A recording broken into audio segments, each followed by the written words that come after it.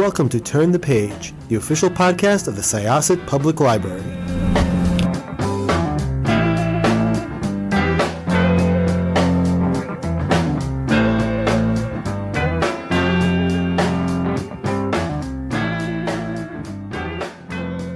Hello, everyone. Welcome back to Turn the Page. I'm your host today, Jen, and I am joined by the author of a children's book that was so heartwarming and so sweet that I read it twice back to back, which is something that you can do with children's books, which is why I love talking about them. So let's welcome our author to the show. Hello, welcome. Could I ask you to introduce yourself and your book, please? Hi, Jen. Thanks so much for having me. My name is Bill Shea, and my book that we're talking about today is called A Grandpa Joe Day, which is written and illustrated by me, Bill Shea. Thank you so much for joining us and for sharing this book with me. Before we talk about the book itself too much, could you tell us a little bit about yourself and your journey into children's literature? Wow, this was a really fun journey. I sort of kind of stumbled in it.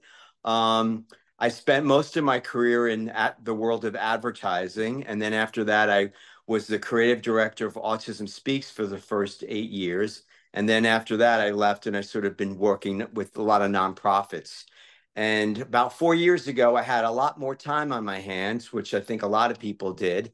And to really sort of get me out of my funk, I had this idea for a really long time for a kid's book. And I decided, well, you know what? I think this is the perfect time for me to do this. So what I did was I pulled out my old sketchbook with the ideas in it. I pulled out my Wizard of Oz, my Willy Wonka, my Toy Story, all my really fun CDs. Yes, CDs. And I put them on and I just started coloring and drawing. And that's how I sort of got to do it. And then my mother's birthday was she had a big birthday last year. She was turning 85. And I decided, you know what I'm going to do? I'm going to put this book together, and I put together through Mixed Books. It's sort of like a Shutterfly kind of thing. And I printed a bunch out and I sent it to her for her birthday. And then what I also did was like, I wonder if kids would like this book. I sent a bunch of copies to some friends of mine with little kids, and the kids loved the book. So it sort of gave me the incentive, like, you know what? I think I might have something here. So I went and I sort of try to find the place to somebody to help me publish it. That's awesome. And I find it so fascinating that, it has been 4 years, and I am still talking to authors who are, putting books out in the world that were conceived and written during that time period. And it's so fascinating just to see how much beautiful creative stuff was created in a really tough time. So tell us a little bit about Grandpa Joe. He's in the title, and the book is dedicated to him. Could you tell us about the real life inspiration behind this book? Oh, my grandpa Joe was an amazing man. He was very positive and very optimistic. He was a U.S. postal mailman, and he was also a painter. And he sort of did a lot of paintings that we had in our house, and it was very much in the style of Edward Hopper. He would do a lot of scenes from the apartment window when he was, when he was living in the city when my mom was a child, and he was just very sort of positive. And he had this thing where it sort of stuck with our family for all these years, where he never turned the car around when it started to rain.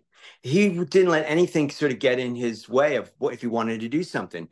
And the story, why I love this story so much, is because it's based on a true story that happened to me when I was a little kid. I was going to an amusement park with my grandfather, and we woke up that day and it was pouring raining out. And everywhere we went, everybody kept saying, oh, it's going to be a washout. It's going to be a washout. And most people would say, you know what? We're not going to the amusement park today. Now, my grandpa Joe, he was like, get in the car. Let's go. We're going. But grandpa, it's raining. Nothing's going to be open. Come on, let's go. We'll see what happens. And then we get there. And then what happened was, after we bought our tickets, the rain stopped and we were the only people in the amusement park. And we had this amazing day together. So ever since that day, we had this saying in my family, when we have a big event, whether it's a wedding or a party or something, be like, and the weather's not supposed to be good, we always think, well, gee, I wonder if this is going to be a Grandpa Joe Day. That's really lovely. And I think it has such a beautiful message. it's about, being optimistic. And we live in a time, I think, in which it's very easy to be pretty pessimistic about things. Um, so when you were conceiving this story and the images, what came first for you? Did you start to draw or did you start to write? What did your process look like? Well, I'm not really a writer. I'm more of an artist, but I do, writing is probably my weakest aspect. I don't know, my weakest, I don't know. Anyway, I love to draw. So the drawing really took over first. And I had these ideas where the story was going to go. I did so many revisions on the story, but the drawings were really sort of inspired by all my trips to amusement parks throughout the years.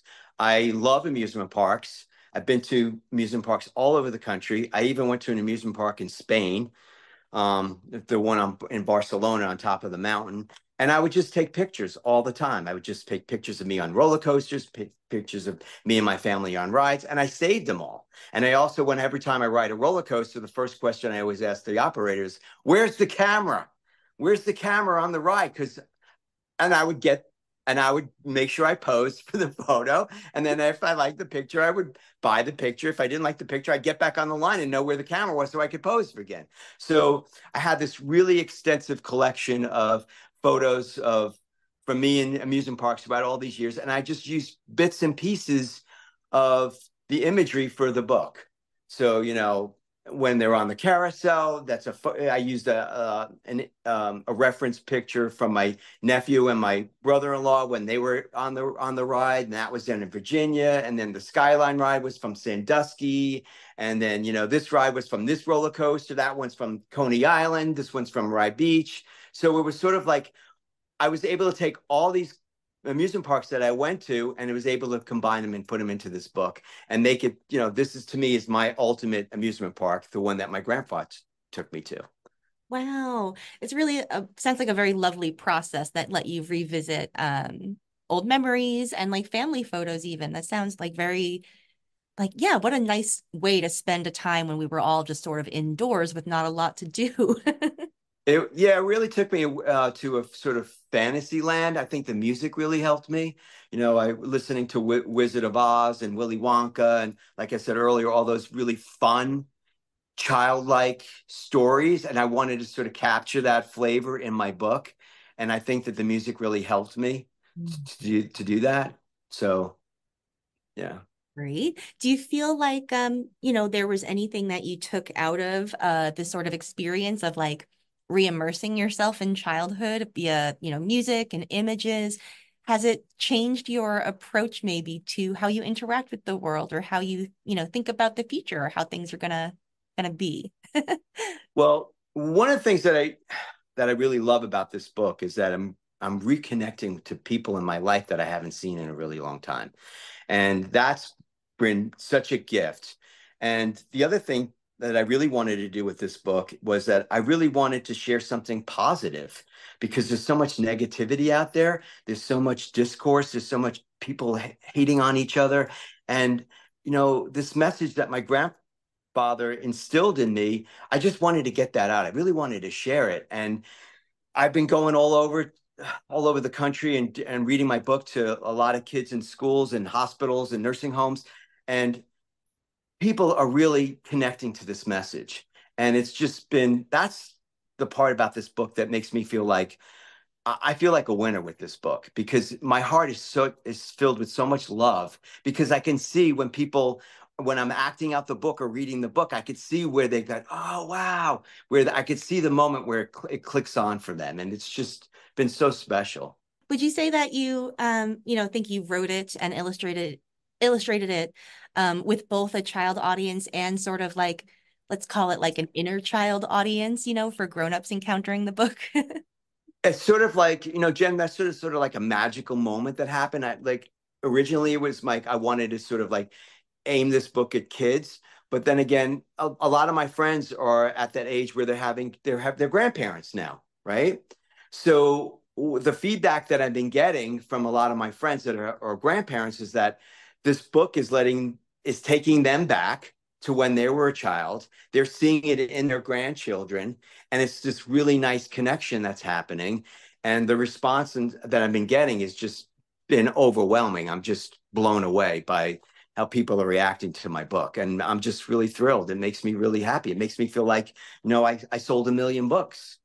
And I haven't sold 1 million books yet, but I feel like I have. I feel like I touched something. It's like going back earlier when I sent out the initial book, I wanted to get the kids' reactions. And it was the reactions were like, because kids, they don't lie. They'll tell you if they like it or if they don't like it. But I could see that they really love this story and they love the illustrations and they love this book. So it gave me the incentive to really move ahead and I need to do this. I need to put this out there and let's see what happens.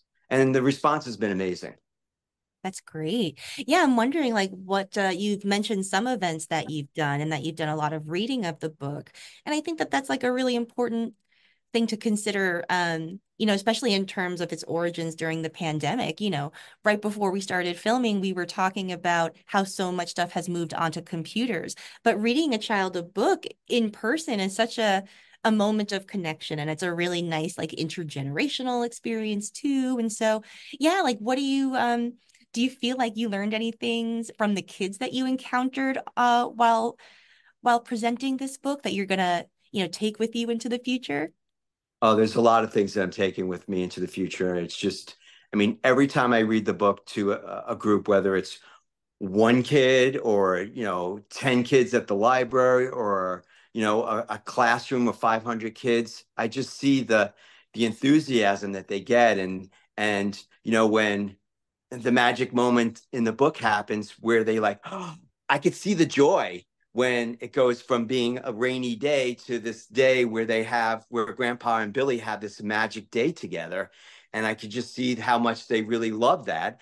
And I also love when kids come up to me and go, I have a Grandpa Joe, which is really super special. It's like an extra layer in there. But, the response has been, like I said earlier, has been amazing. And one of the most amazing days that I had was when I went to the children's hospital and I got to read my book to in the playroom. But then after I was done reading it to about maybe 20 people in the playroom, they asked me, there was a couple of kids that couldn't come to the playroom. Would you want to do some bedside reading? And that was beyond anything that I could hope for, because it was like you said, it was like reading your book to a child one-on-one, and especially to a child that's in a hospital room where their parents are sleeping there with them, is just amazing. I mean, I had this one encounter with this young girl who didn't really want me to come in because she wanted to see the dog. It was a special volunteer day, and the dog wasn't able to come into the room, and she was really upset because the dog she wasn't able to see the dog. So the mother says, yeah, sure, come on in. So I come in there and she's sort of tucked in the blanket, and I see sticking out of the top of the blanket, she's got like a stuffed animal in there. And I go to the guy, what is that? What's that? And the mom goes, oh, that's your stuffed dinosaur. I said, oh, wow.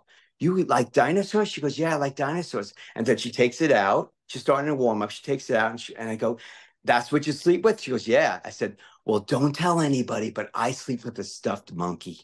She goes, you sleep with a stuffed monkey? I said, yeah, I sleep with a stuffed monkey, but don't tell anybody. Well, that moment on, we had the best. She loved the book. It was just an amazing moment that when I left that hospital, I hugged my friend Dana, who has set this up visit for me, and I had tears in my eyes because it did everything that I wanted this book to do. It happened that day. So if I don't sell another book, my heart is filled. Wow. That's so lovely. And, apart from the service to individual children, it's doing a lovely job, I think, of instilling a love in reading in children, because we live in an era too where there are lots of things competing with children's attention.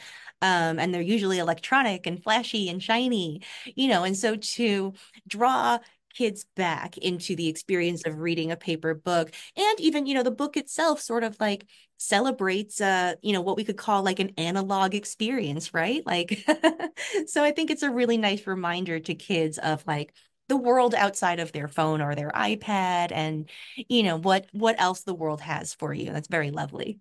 Right. I mean, the other thing too is that when I get feedback from people that have been sending me emails about the book is that, oh, my granddaughter, this is like one of her top three books, and she loves like the cat clock, and I'm like, cat clock, and then I look in it, it's just like a little thing in the page in the book. There's a little drawing. There's things that are in the book that the kids are pulling out will be like, oh, the roller coaster is my favorite part, or I love or like when they come to the fortune teller, when I read the book in class, when it comes to the fortune teller, the whole room goes, whoa. There's different parts of the book that, the drawings are really sort of capturing their imaginations. And it's just been amazing. It's been great. That's awesome. Yeah, and I haven't talked a lot about the art yet, but it is really beautiful and so Thank you. colorful. Yeah, it's a really great book. And I'm wondering, do you think you have any more books in you? Do you think you'll return to writing children's books? I think I have another idea, which I'm going to probably start in the fall because the book just came out a little over a month ago. So I have a lot of opportunities that are coming up. Like this was an amazing opportunity where I should sort of get the book out there. I'm an independent author.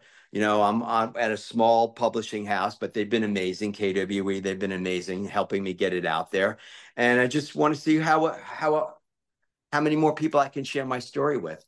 And so there's been some really, really great opportunities that are coming up this summer that I get to share my story with people.